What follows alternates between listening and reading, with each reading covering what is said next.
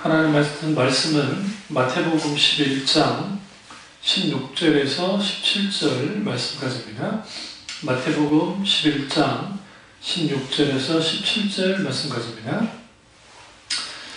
이 세대를 무엇으로 비유할까? 비유하건대 아이들이 장터에 앉아 제 동물을 불러 이르되 우리가 너희를 향하여 피리를 불어도 너희가 춤추지 않고 우리가 슬피 울어도 너희가 가슴을 치지 아니하였다 함과 같도다. 아멘.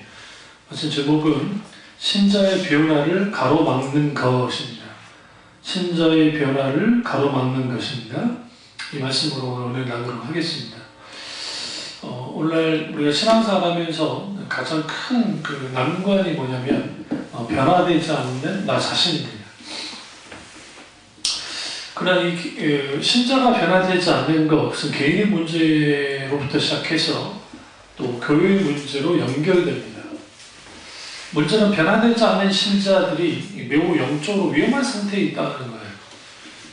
근데 이것에 대해서 크게 인식하지 못합니다. 왜 그러냐면 변화되지 않는 나가 얼마나 위험한 상황에 빠져 있는지를 왜 모르냐면 자기는 그래도 과거에 비해서 변화됐다고 생각하는 거예요. 그 이유는 신앙의 종교적 체험도 있고 또 과거에 어떤 하나님의 역사를 경험한 경험이 있는 거예요. 그리고 성경적인 지식들을 내가 갖는 겁니다. 그래서 어떤 그 종교적 체험 그리고 신앙 지식이 쌓여가는 거죠. 쌓여가는데 그걸 통해서 나는 변화됐다라고 생각합니다. 문제는 거기에서 진정한 그리스도인으로서의 가치관의 변화, 생각의 변화, 그리고 그 하나님의 말씀으로 또 내가 살아가야 된다고 하는 어떤 그런 것들이 마음 잡지 못하게 되면, 마음이 자리 잡지 못하면 곧장 무슨 일이 벌어지냐면 내가 분명히 하나님을 믿고 있지만 그리고 내가 하나님을 잘 따른다고 생각하지만 김관섭 목사님 그 책에서 말했던 것처럼 짐승 같은 종교생활을 하는 겁니다. 그러니까 이 짐승 같은 종교생활을 한단 말은 무슨 말이냐면 종교적 체험이 있어요. 그리고 성경이 설교를 듣고 하면서 거기에서 많은 어떤 성경적 지식도 가져가요. 그런데 정작 내가 마땅히 하나님의 말씀에 맞추어서 내가 변화되어야 되는데 변화되지 않는 거예요. 그리고 변화되려는 마음도 없어요. 그래서 하나님을 수단을 여기면서 또 하나님을 믿는다고 하는 사람들이 너무 많습니다. 그러다 보니까 오늘날 수교 가운데 가던가에 구원받는다고 하는 이러한 교리적 설교들이 많이 사라졌습니다. 그러니까 회심해야 된다는 거, 중생해야 된다는 거. 그러다 보니까 사람들이 듣고자 하는 설교와 프로그램 위주로 이제 교회가 진행되는 겁니다. 그럼 왜 사람들이, 특별히 많은 교인들이 변화되지 못하느냐? 가장 근본적 원인은 인격자신 하나님을 개인적으로 만나지 못하기 때문이고, 또 하나는 철저하게 그리고 온전하게 변화되어야 된다는 가르침을 받지 못했기 때문이었습니다. 그러다 보니까 하나님과의 개인적으로 만남을 갖게 되면, 인격적인 하나님을 만나게 되면 가장 먼저 깨지는 게 우리의 생각과 우리의 관점과 우리의 가치관과 이 모든 것들 먼저 깨져요.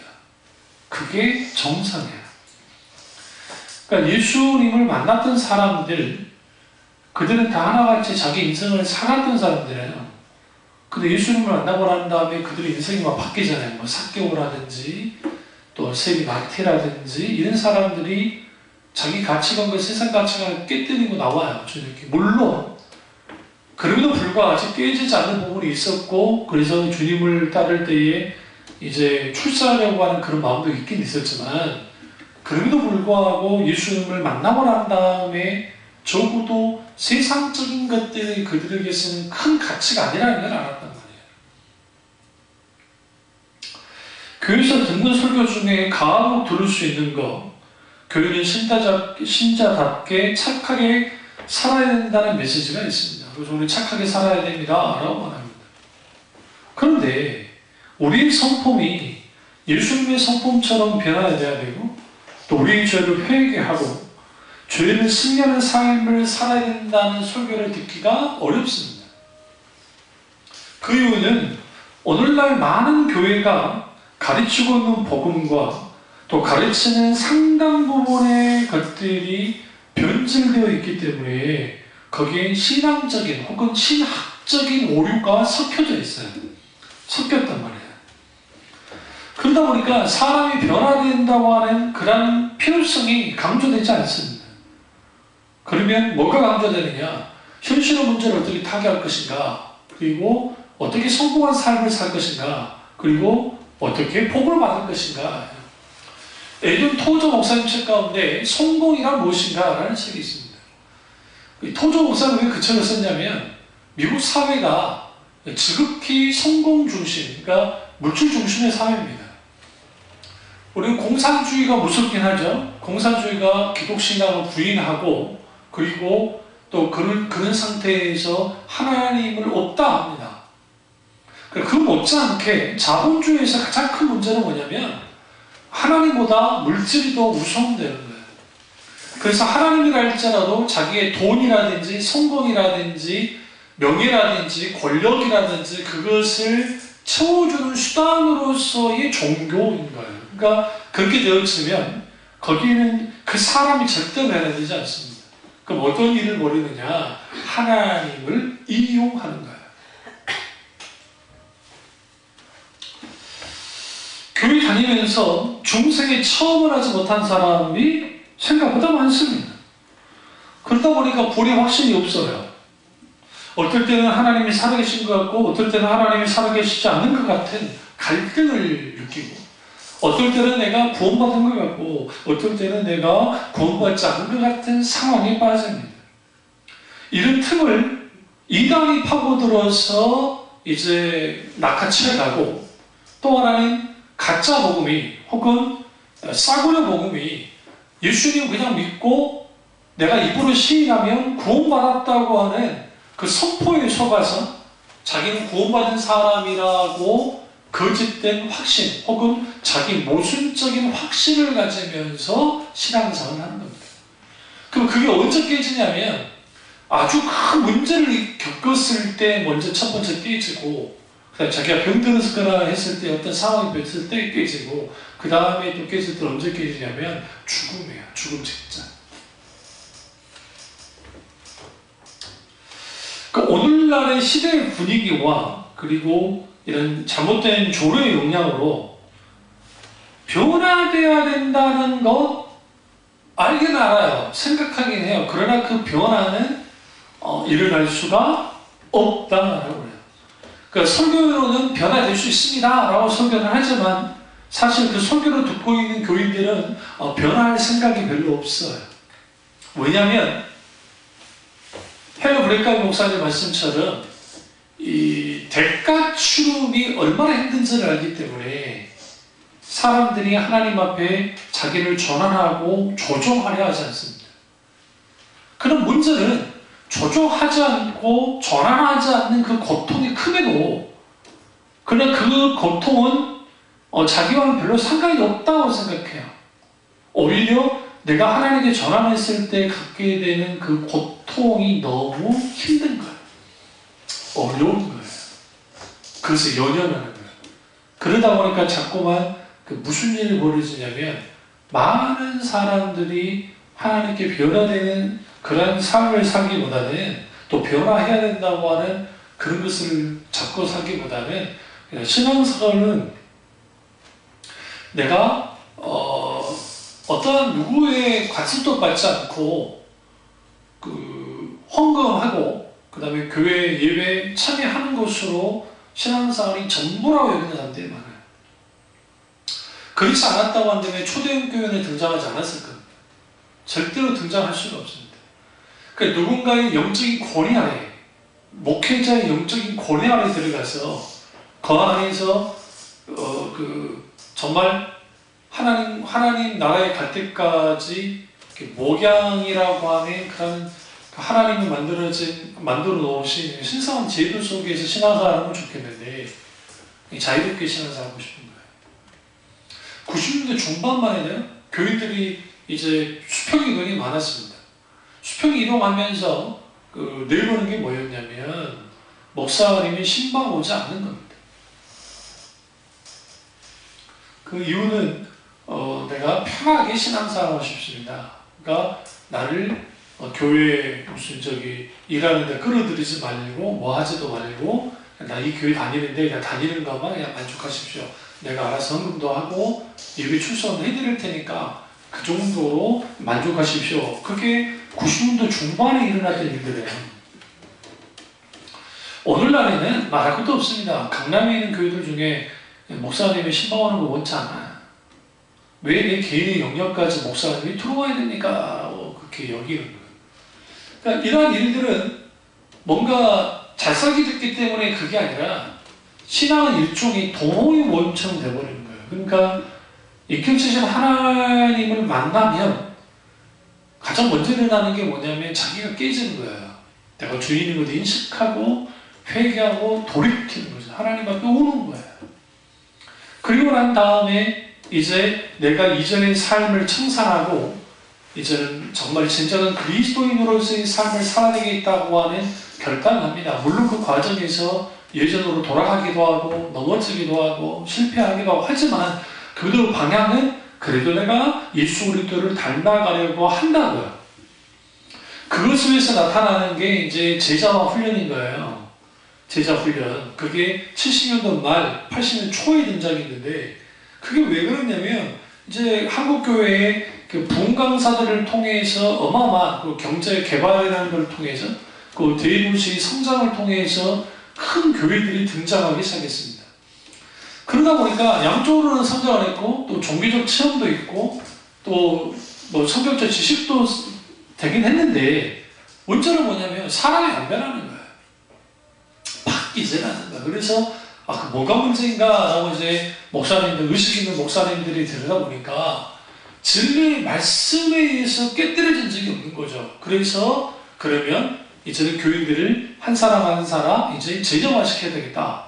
근데 사실 이 제자화 훈련은 교회에서 먼저 시작된 건 아니고 오히려 CCC라든지 CCC 우리가 순장이라든지 순장 제도를 통해서 거기에 마치 성경 말씀을 통해서 도전하듯이 막 그런 게 있어요. 그 영향이 자연스럽게 교회 안으로 이식된 거예요. 그런데 이제 그렇게 이제 말씀 교육을 시켜서 뭔가 변화되는 것 같았는데 이제 부작용이 나오기 시작했는데 그게 뭐냐면 이제 성경 공부가 사실 목적이 아니고 이제 성경 공부라는 이 방법을 통해서 제자의 삶을 살도록 가도록 하는 것이었는데 이게 조금씩 시간이 지나면서 성경 공부로만 가는 거예요. 돌아가신 오카노 목사님 평신도를 깨운다는 그 책의 영향이 파생이 컸고 그래서 그 오 목사님 원래 의도하는 것은 성경 공부가 아니고 정말 그 사람들이 성도 하나하나를 제자화시켜서 그들이 이제 세상을 정말 복음으로 또 그들이 제자화시키는 일들을 원했는데 거기에 성경 공부로만 끝난 거예요. 그러니까 지식만 쌓이는 거예요. 실제로 그 말씀을 살아내지 못하는 거예요.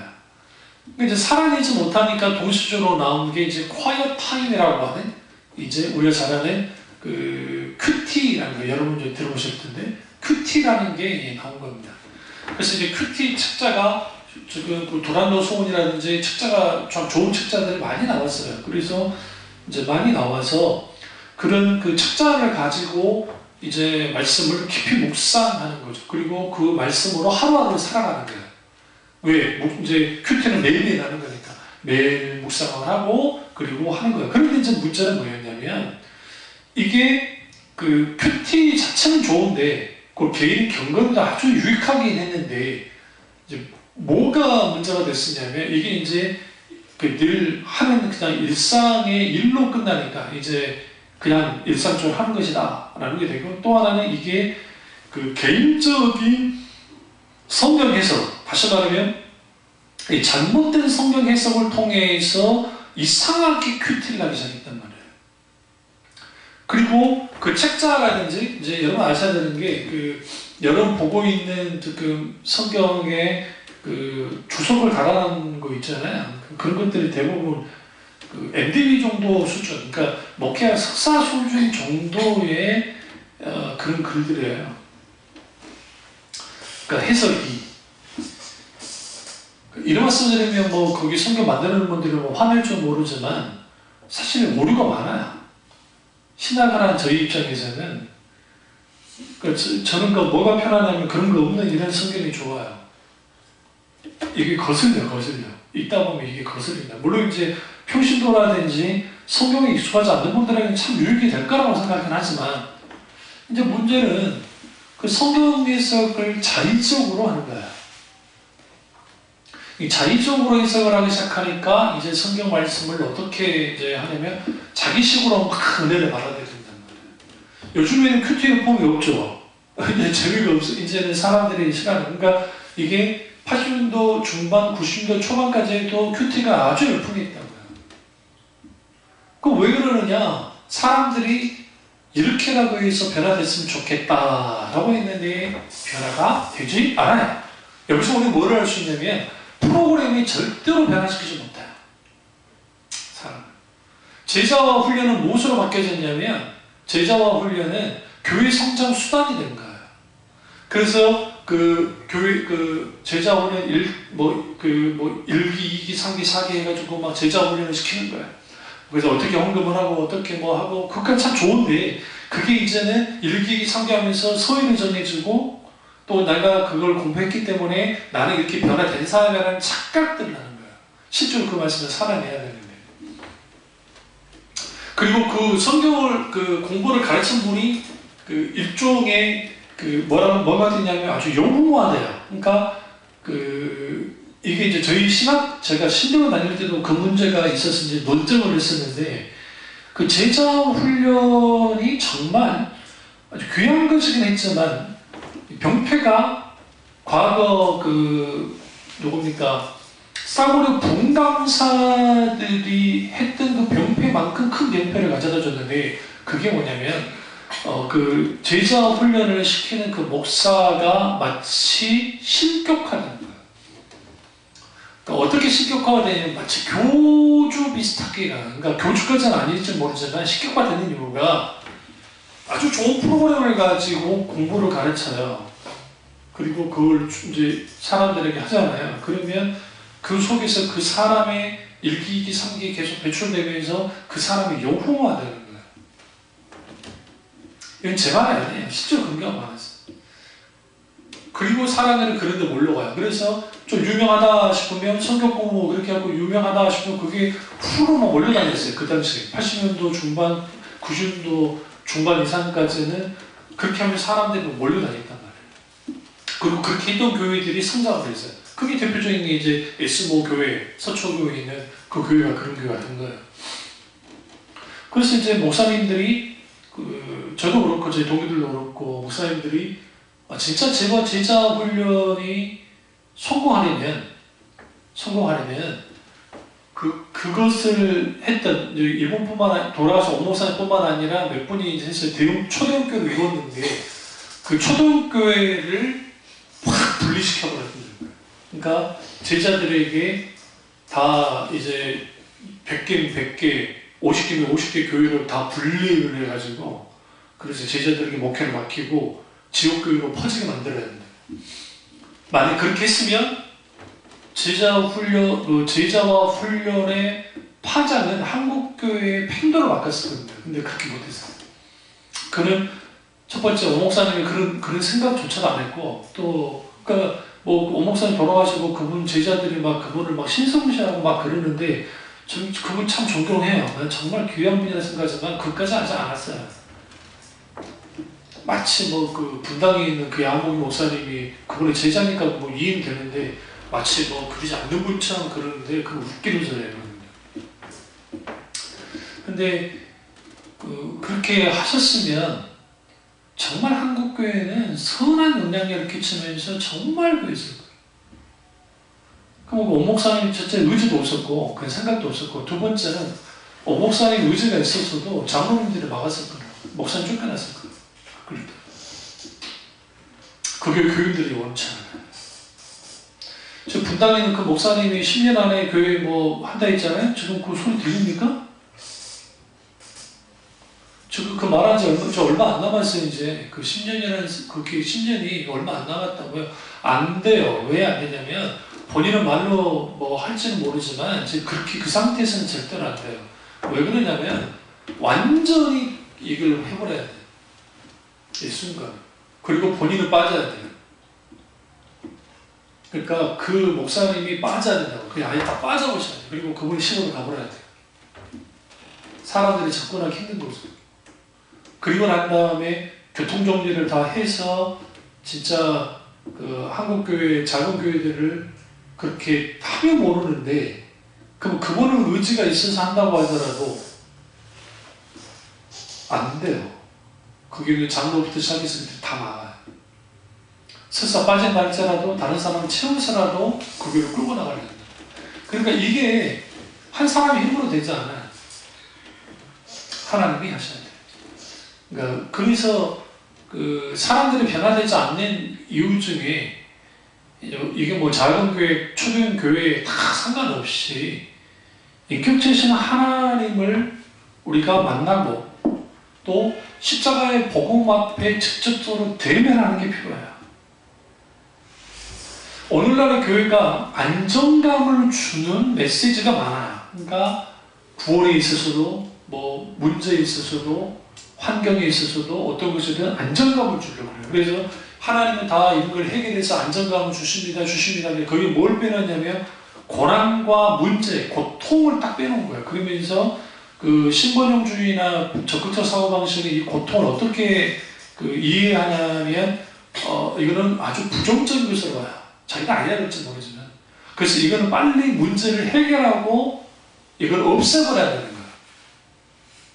그러니까 그러니까 고통을 하나님 허용했을 때 이걸 바라보는 관점이 이걸 빨리 해결해서 치워버려야 될 것으로 여겨요. 그래서 열심히 기도하고 열심히 전도하고 열심히 하나님과 부르짖어서 이 고통으로 빨리 벗어나는 거예요. 그 비결에 대해서 막 설교를 해주고 그 비결에 대해서 말을 해줘요. 그러나 설교는 그런데 그런 반응은 기본적으로 인간의 반응이에요. 그러니까 맞는 거예요. 어떤 면에서는. 우리 초대 여러분이라 빨리 고통을 벗어나기 원하죠. 근데 성경은 그렇게 보지 않아요. 뭐냐면 예수님이 십자가의 고통을 이제 담당하셨는데 그 고통을 지고 있잖아요. 겟세마네 동에서 지고 계시잖아요. 그런데 주님이 어떻게 반응합니까? 기도하면서 할 수 있으면 이 잔을 여기서 옮겨주십시오. 그러니까 이건 모든 인간은 똑같은 반응이라는 거예요. 그런데 나의 원대로 마시고 아버지의 뜻대로 주십시오.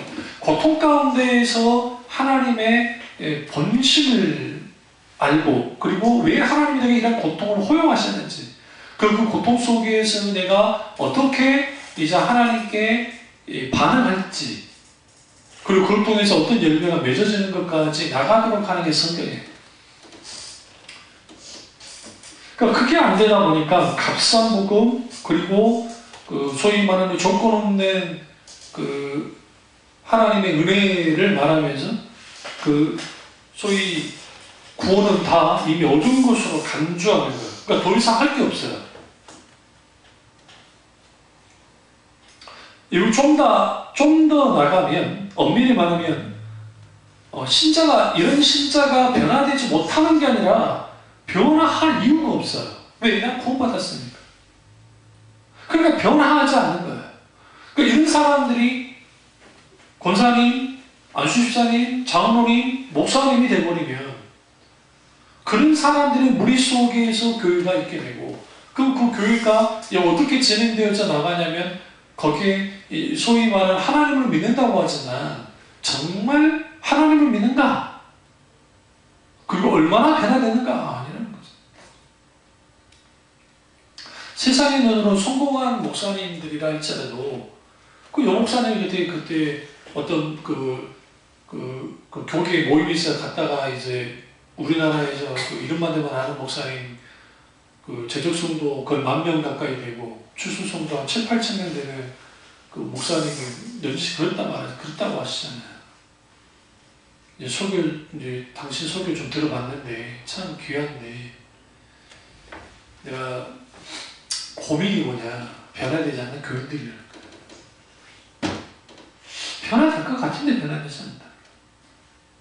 그런 분들이 20년, 30년, 40년 동안 신앙생활을 했는데 안 변하는 거예요.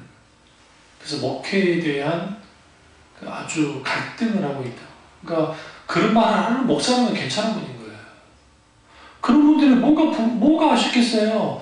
여러분 교회 가서 딱 예배드리고 하는 사람들은 늘 많아요.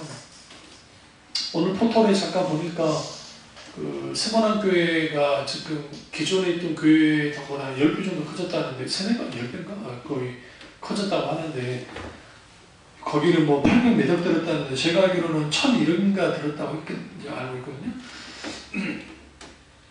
그 어마어마한 건물을 짓고 하는 이유가 뭐냐, 자기들 교인이 한 6,000명 되는데, 저는 6,000명 아닐 거라 보거든요. 왜냐면 예전에 내가 갔을 때 예배 드린 적이 있어요. 근데 6,000명까지는 되지 않을까. 근데 이제 재적이 6,000명 된다고 있죠. 그럼 왜 그런 건물들을 지을까? 협소하니까 그럴 수 있습니다. 그런데 그 건물들은요, 세금을 안 내요. 종교이기 때문에.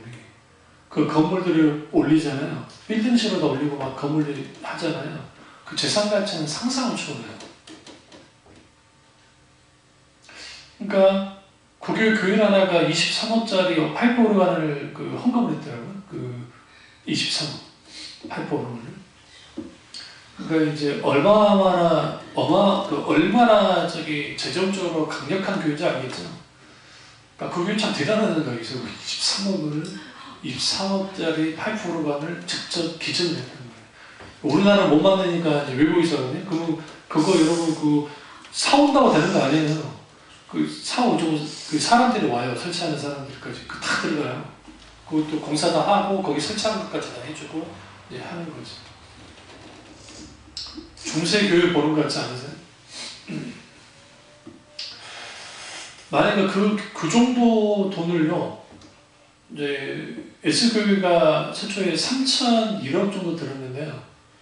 같은 합동축 우리 교단이니까 위치 서울에 있는, 그러니까 그 도시에 있는 미장권 일단 놔두고, 그냥 놔둡시다. 일단 놔두고, 그 농촌과 어촌에 있는 교회, 우리 노예, 그러니까 우리 그 총회에 있는 교회들만 도왔어도 그 교회에 있는 목사님들 괜찮았을 거예요. 근데 안 해요. 왜 그러지 아세요? 그거는 또 그들 입장에서는 사람들이 많이 몰려오는데 어떻게 할 것인가, 협소하지 않냐. 그러니까 우리는 잘 된다, 잘 되니까 이렇게 하는 거죠. 그거 할 말 없어요. 그러나 원래 여러분 초대교회 등장은 기형이에요. 기형적인 교회 구조예요. 왜 그러냐면 우리 뭐 라오디가 교회 무슨 교회 하잖아요. 이거는 지역교회라 했잖아요. 한 교회가 아니고.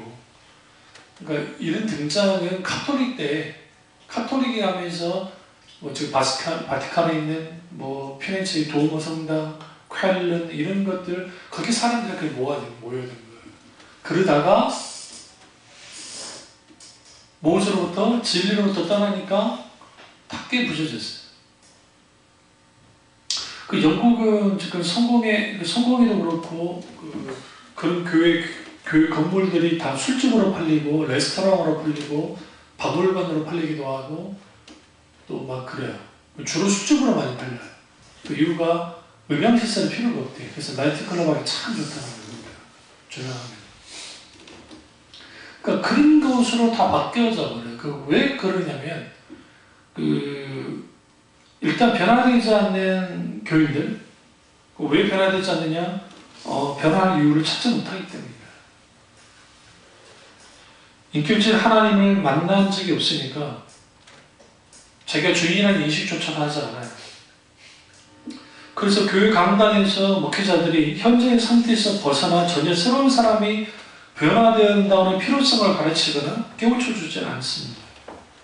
당연히 교인들은 자기가 변화된다는 생각을 느끼지 않아요. 이게 많은 교인들이 변화되지 않는 큰 이유예요. 물론 이런 강조는 해요. 교회 헌금해야 됩니다. 열심히 모이십시오. 그런 강조를 하지만 개개인이 어떻게 주님 앞에 인격적으로 변화될지에 대해서 가르치지 않는다. 왜? 교인들을 싫어하니까. 그러면 신자의 변화를 가로막는 게 뭘까요? 첫째로 변화로 가로막는 설교입니다. 많은 사람들이 죄를 지적하는 회개하라는 설교보다는 힘과 용기를 주는 설교를 듣기를 원합니다. 그러다 보니까 교회에서 평안의 메시지가 넘쳐납니다. 그리고 어떻게 사람들을 안동케 하고 그리고 어떻게 편안하게 살게 할까에 집중되어 있습니다. 그래서 사람들이 듣고 싶어하는 설교는 복음은 언제나 지금은 이대로 괜찮습니다. 당신은 값없이 구원을 받았습니다. 라는 설교예요. 그리고 교회에 헌금하고 교회에 잘 나오고 교회에 봉사만 잘하면 당신은 괜찮은 성도입니다. 걱정하지 마십시오. 그리고 한 발 더 나아가서 우리가 교회를 다니면 잘 들으세요? 교회를 다니기만 하면 당신은 구원을 받습니다. 라는 것을 암묵적으로 심어줘요. 그러니까 교회 다니면 구원받는다 라고 생각해요. 왜냐하면 영생은 값없이 주어지는 것이고 구원은 저절로 보장된다는 식으로 설교하기 때문에 그렇습니다. 그러니까 김소영 박사님이 이 부분을 가지고 강력하게 공격을 하니까 이제 그 고려신학대학원대학교 교수님 한 분이 그걸 가지고 이제 반기를 들면서 막 공격을 했거든요.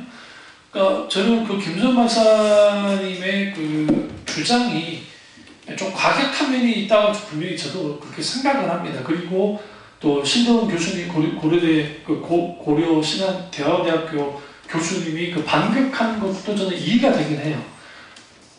그럼에도 불구하고 조심할 게 뭐냐면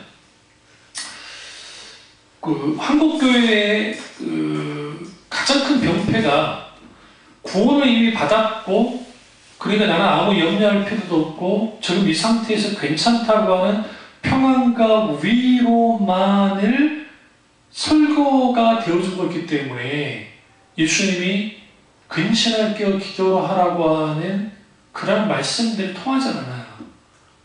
그러니까 재림신앙이 없어요. 오늘날에 자리 잡지를 못해요. 그리고 또 하나는 계속 우리의 이런 삶을 마지막 평안하게 살고 기쁘게 살다가 죽어서 천국까지 가자라고 한 논제를 가지고 나가요. 그럼 자기 영혼을 상태를 이제 들여다보지 않는 거예요. 그러니까 고린도 전서가 후서에서 말하듯이 자기 믿음을 시험하라 성경 말하잖아요. 스스로 자기가 믿음이 하나 있는지를 들여다보라고 하는데 그러지도 않아요. 이런 설교에 계속 노출되면 자신이 변화될 필요가 없다고 여겨요. 다만 종교적인 의식, 대표적인 게 헌금생활, 그 다음에 예배생활, 그리고 교회에서 봉사하는 거, 그것만 좀 잘하면, 그걸 조금 못할 때는 좀 찝찝해요. 그러니까 그것만 잘하면 나는 좀 괜찮다 생각하는 거예요. 사실 우리가 변화되려면 자신의 영적 상태가 정확하게 어떤지를 진단해야 됩니다. 그런데 오늘날 많은 교회가 가르치고 있는 설교, 복음이 자신의 심각한 영적 상태를 알려주거나 진단하지 않아요. 신자들이 자신의 영혼의 곤고함을 느끼고 깨어나 회개하면 온전히 변화되도록 촉구하거나 호소하는 내용들이 것이 없어요. 마치 예레미야 시대의 거짓 선지자들이 했던 설교처럼. 그래서 그 예레미야서를 보시면 그들은 늘 평안하다, 평안하다, 평안하다.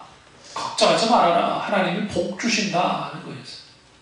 근데 여러분이 아셔야 되는 게 그 시대의 거짓 선지자는 누구였어요? 예레미야였어요. 예레미야. 그 시대의 사람들의 보고에 대한 그 눈에 비친 거짓 선지자는 누구라고요? 예레미야라고요. 그리고 그 유명한 선지자가 있었고 대선지자라는 조가 있었고 이름이 생각나지 않는데 그 사람은 결국 그 느부갓네살 왕이 쳐들어갔을 때 그게 이제 모두의 발표에서 그냥 죽습니다. 근데 이제 그 예언대로, 예언을 하는데, 그 거짓 예언자들이 떵떵거리면서 이제 올라가는 큰 교회에 큰 목회하고 부를 것 없이 신앙생활을 했단 말이에요. 그런 목회했단 말이에요. 그러니까 그런 상황에서 이제 거짓 평안의 설교를 했고, 당연히 그 거짓 평안의 설교가 신자들을 변화시키지 못합니다. 목회자의 설교는 신자들의 권고한 영적 상태를 알려주고 죄를 정확하게 지적하고 회개하게 하고 진정한 통회와 하나님 앞에 굴복을 통해서 새로운 사람으로 변화되고 선포하고 가르쳐야 합니다. 오늘날 이런 게 없는 거예요. 그러다 보니까 이제는 무슨 일이 벌어지냐면, 그러다 보니까 많은 경우에 변화에 대한 이유가 없어요. 늘 듣는 설교가 위로해주고 웃겨주고 즐겁게 해주고 때로는 울렸다 감동적인 설교들, 소위 그들이 말하는 그 감정이 호소하면서 막 울렸다 웃겼다 막 해주는 거. 그래서 교회 한번 갔다 오면 기분이 편해야지.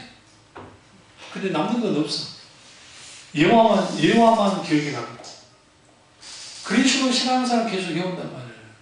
그런 의식을 가지면서 이제 찬송가 부르고 계속 기도하고, 그다음에 거기에 이걸 소위 말하는 그 종교적 서비스가 있는데, 그게 뭐냐면 이제 그들의 감정을 좀 폭발할 수 있는 막 그런 장치들을 이제 매스미디어, 조명을 통해서든 음악을 통해서든 뭐를 통해서든 그걸 통해서 조정을 하는 거예요.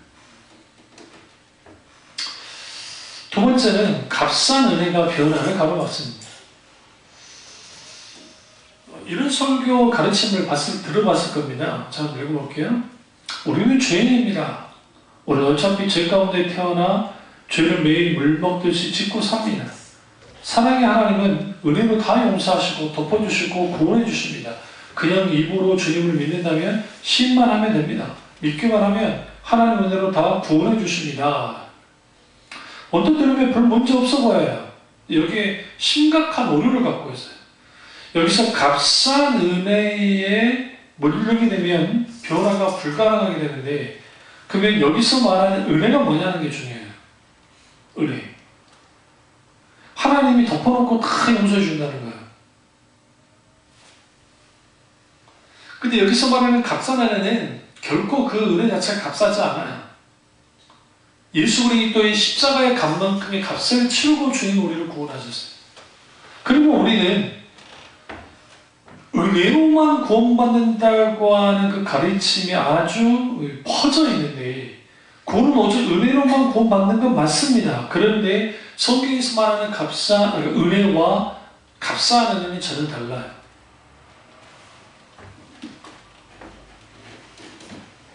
그러니까 아무리 죄가 많고 또 매일 죄를 지어도 하나님 은혜로 다 용서해 덮어주시고 구원해 주신다는 값싼 은혜의 가르침은 진리에 대한 확신 없이도, 또 주의 고백과 주에 대한 진정한 회개나 거듭남이 없이도, 그리고 생애의 진정한 자기 갱신과 자기 변혁과 자기 교역과 변화 없이도 구원의 확신을 얻도록 세뇌시켜줘요.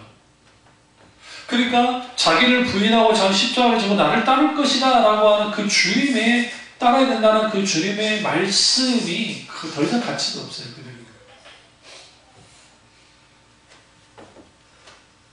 그러니까 값싼 은혜는 성경이 말하는 하나님의 놀라운 은혜, 그리스도의 제자가 되도록 요구하고 있는 그 은혜, 그 대표적인 게 옛 자아를 십자가에서 깨뜨리는 거예요. 근데 그걸 빼버리고 감정적인 것으로, 그래서 예수 그리스도의 십자가에 죽으면서 내가 펑펑 눈물 흘리면 그럼 다 돈 받는 거야.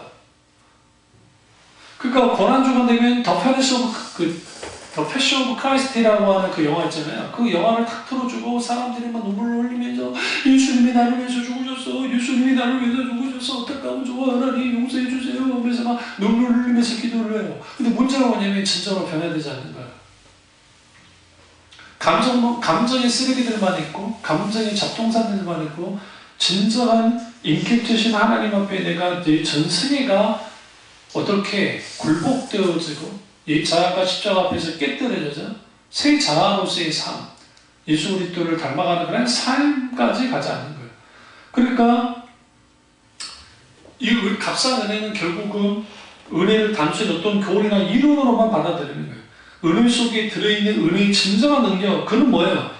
예수 그리스도의 십자가의 능력이 은혜 안에 있어요. 그래서 그 십자가의 능력이 사람을 변화시키고 새로운 피조물이 됐다 했잖아요. 이전 것은 지나가고 보라 새것이 되어졌도다 하는 말씀처럼 진정한 새로운 창조, 새로운 피조물과 같은 그런 삶, 그리고 주에 대한 승리하는 삶을 그 힘이 거기로부터 와요. 그리고 그렇게 되어지는 성화는 구원과 관계가 없는 것이냐? 그렇지 않습니다. 의롭다 여기는 칭의와 성화, 그렇게 되는 성화는 같이 갑니다. 붙어있지 떨어져 있지 않습니다. 절대. 그러다 보니까 값싼 은혜를 믿는 사람들은 참된 회개나 죄에 대한 포기 없이도 죄를 용서받을 수 있고 구원받을 수 있다는 생각을 해요. 그러니까 변화와 순종을 강조하지 않죠. 소위 말하는 반쪽복음, 값싼 은혜, 이런 것들이 교회 안에 넘쳐나니까 사람들이 변화되지 않는 겁니다. 그렇게 되면 값싼 은혜에 사로잡히게 되면 진정한 하나님의 은혜를 구하지 않게 돼요. 그럼 하나님의 은혜는 어떻게 우리에게 주어지느냐? 십자가예요. 그러니까 우리가 주에 대한 회개를 하게 될 때 거기에 하나님의 은혜가 있습니다. 하나님의 은혜로부터 멀어지면 어떤 변화도 일어나지 않죠? 그럼 당연히 이때 생기는 게 뭐냐면 이거예요. 처음 예수님을 믿었을 때의 나, 잘 들으세요? 처음 믿었을 때의 나, 그리고 한결같이 그것을 유지하는 나. 그러니까 종교의 옷은 입어요. 기독교라고 하는 종교의 옷은 입어요. 그리고 다 나는 또 갖춰요. 그리고 예식도 있고 내 언어, 교회 안에서의 언어는 다 종교적인 언어들이 나와요. 뭐 하나님 어찌고 뭐 교회가 어찌고 뭐 하나님의 은혜가 어찌고 막 그런 말은 해요. 그런데 문제는 뭐냐면 세상 사람과 똑같아요. 세계관, 가치관도. 그 똑같이 돈에 대한 시각도 똑같고 명예, 권력, 세상의 것들을 이걸 똑같이 그렇게 해요. 사람에게 인정받기 좋아하고 교만하고 화제려고 인내하지 못하고 돈을 사랑하고 명예를 숭상하고 질투하고 미워하고 복수하기 좋아하고 성품이 온유하고 겸손한 예수님의 성품을 전혀 닮아가지 않아요. 그러니까 아주 영적 상태가 심각하죠. 이러한 상태에 빠지는 거예요. 모든 변화되지 못하게 가로막는 인간적인 가르침들을 그렇기 때문에 다 내려놔야 됩니다. 과감히 진리로 돌아서야 되고 주님께서 명령하신 성령의 참 진리가 무엇인지를 연구하고 그 진리 안에 거해야 돼요. 그럼 이제 또 한쪽을 좀 볼 필요가 있는데 또 한쪽은 죽은 정통주의. 지금까지 말하는 것은 정통에서 벗어난 사람들이에요. 그러니까 소위 신번영주의, 본용주의, 적극적 사고방식, 그리고 그 기독교 실용주의, 기독교 실용주의 안에 있는 심리학과 뭐 마케팅과 그런 데 물들어버린 그런 교회들. 또 하나는 주구정통주의인데 주구정통주의는 교리론 정통이에요. 그러니까 완전한 정통이에요. 그래서 교리적 가르침도 아주 많고 또 옳아요. 괜찮아요. 그런데 이제 뭐가 문제가 있냐면 생명이 없는 거예요. 영적인 생명이. 이걸 뭐라고 하냐면 이제 그 신학적인 용어로 도구마에 빠진다고 그러는데 일종의 교리주의에 빠지는 거예요. 그러니까 성경에 대한 그 지식은 머리에 꽉 차 있어요. 그리고 교리도 머리에 꽉 차 있어요. 근데 그 삶은 전혀 그렇게 살지 않아요. 아주 독선적이고 아주 좀 이상한 이데올로기에 빠져가지고 그걸 가지고 자기는 신앙생활 잘한다고 생각해요. 그리고 이런 사람들 중에 상당수가 성령님의 역사에 대해서 부정적이에요. 그러니까 은사 중주론에 많이 빠져있어요. 있는 사람들이. 그러다 보니까 자기 의를 드러내요. 왜? 자기는 누구보다 뛰어나니까. 이런 그룹도 있고 또 한쪽의 그룹으로 또 가면 이제 자유주의자들은 말할 것도 없어요. 자유주의자들은 저는 이렇게 분명히 말씀드리겠습니다. 그런 큰 차이는 아닙니다. 그들은 큰 차이를 할 수는 없고 그냥 종교로서의 그 종교인이에요. 그냥 기독교 종교인. 근데 그건 윤리 종교인. 기독교 윤리 종교인. 왜? 그들은 부활을 믿지 않고 예수 그리스도의 십자가 죽은 걸 믿지 않는 사람들. 근데 버젓이 목회를 해요. 교회에서 목회를 해요. 윤리 도덕적으로 해요. 거기도 소수 이제 초등교회를 이룰 수는 없겠죠, 당연히 그런 교회들. 그럼 어쨌든 교사가 좀 있는 데도 있고 그렇게 하는 분들이 있죠. 그리고 또 이제 그 한쪽은 또 뭐냐면 그 신비주의 혹은 의사주의, 열광주의에 빠져 있는 사람들. 이 사람들은 변화될 것 같잖아요. 왜냐하면 막 신비한 역사를 경험하잖아요. 하나님을 만났느니, 뭐 음성을 들었느니, 뭐 갑자기 환상을 봤다느니, 성령이 그렇게 역사할 수도 있다 믿고 또 실제로 저도 그런 경험도 있으니까 분명히 인정을 해요. 그런데 이제 문제는 뭐냐면 그렇게 그런 경험을 했으면 변화돼야 되잖아요. 그렇지 않을까요? 근데 놀랍게도 그 은사주의나 열광주의는 거기 기복신앙이 같이 딱 들어가 있어요. 본능주의가 같이 들어가 있고. 그러니까 인본주의, 율법주의, 그 다음에 우리가 잘 아는 그 기복주의, 그리고 죽은 정통주의 이 들어가 있어요. 이게 들어가 있다 보니까 이제 결국은 무슨 일이 벌어지냐면 종교적으로 막 자기들끼리 막 열광하고 막 체험을 해요. 근데 이제 제가 늘 말씀드리지만 어떤 강력한 종교적 체험이 그 사람을 변화시켜 주진 않아요. 말씀 앞에 굴복하고 회개함과 성령이 우리에게 조명하셔서 진리의 말씀을 깨닫고 알고 내가 그 말씀에 엎드리고 굴복하는 거예요. 통에 자복하고 그리고 성령의 은혜 가운데 놀라운 은혜가 있을 때 그 선한 의지가 발동되어져서 내 자아와 계속적으로 사도 바울이 했던 것처럼 지속적인 싸움을 벌여야 이 자아와 아담의 본성, 죄를 향하여 내 성향과 싸움을 벌이면서 경건의 연습을 통해서 계속적으로 나아가야 그때 변화가 되는 거예요. 근데 그런 일을 하지 않아요. 그냥 교회 와서 문제 해결을 위해서 기도 열심히 해라, 복 받기 위해서 교회 열심히 해라, 기도 열심히 하고 해요. 그럼 여기 아셔야 되는 게 목회자를 향한 교인들의 두 가지 시선이 있는데 하나는 그 교주들을 섬기듯이 하는 그 교인들이 있어요. 일부 있잖아요. 많이 나타나잖아요. 그래서 그 담임 목사가 완전히 바로 하나님 밑에, 하나님 바로 밑에 있는 존재처럼 그렇게 열광하면서 섬깁니다. 그리고 그 안에 수많은 문제가 벌어져도 그 사람을 추종하면서 막 따라가요. 일하는 아님에도 불구하고. 또 하나는 영업사장 같은 그 목사로 시선을 봐요. 그러니까 이제 목회자를 별거 아닌 존재로 보는 거예요. 그래서 내비 깝니다. 그런 교회가 상당수 많아요, 오늘. 그 교인들이 그런다는 거예요. 그래서 헌금 내가 하는데 까불면 가만히 있지 않겠다는 거죠. 교인들이 언제 교만해지느냐? 자기가 드리는 헌금이 많아질 때. 안 그럴 것 같죠? 왜 그러냐면, 그렇다고 헌금 많이 한다고 교만해진다는 말은 아니에요. 다 그렇진 않겠지만. 자기가 드리는 헌금이 많아지면, 그것도 뭐 어쩌다 헌금이 많아지는 게 아니라 막 지속적으로 막 내 헌금을 많이 하고, 아까 말씀드렸지만 23억짜리 파이프 오르간을 할 만큼의 그 정도 되면, 목사님이 함부로 하겠어요, 그 사람한테? 당연히 할 수 없겠죠. 그럼 그 사람이 갖고 있는 돈과 지위와 이런 것들은 상당하겠죠. 그러니까 그런 사람들이 뭐가 되느냐? 세상 말로 갑이 되는 거예요. 갑이. 그런데 이제 그 목사가 좀 더 슈퍼갑이면 상관이 없는데 이제 의리였을 때 그게 되면 이제 장로들에 의해서 그런 사람들에 의해서 자지우지되어져. 한국 한국에 그것 때문에 많은 분란이 있었고 그것 때문에 교회들이 막 교회가 쪼개지는 경우가 많았는데 그런 일들이 이제 벌어지는 거예요. 그 왜 그러느냐? 지속적으로 우리는 내 육신의 본성을 쳐서 십자가의 은혜로 쳐서 복종시켜야 돼요.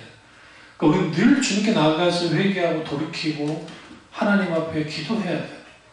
우리는 늘 죄짓는 사람이에요. 그렇기 때문에 우리에게 필요한 게 뭐냐? 매일매일 수정이라는 조정해야 돼요. 그게 있을 때 변화됩니다. 다음 주 이어서 신자가 왜 변화되지 않는지 좀 다루도록 하겠습니다. 기도하겠습니다. 기도하실 때 오늘 이 말씀이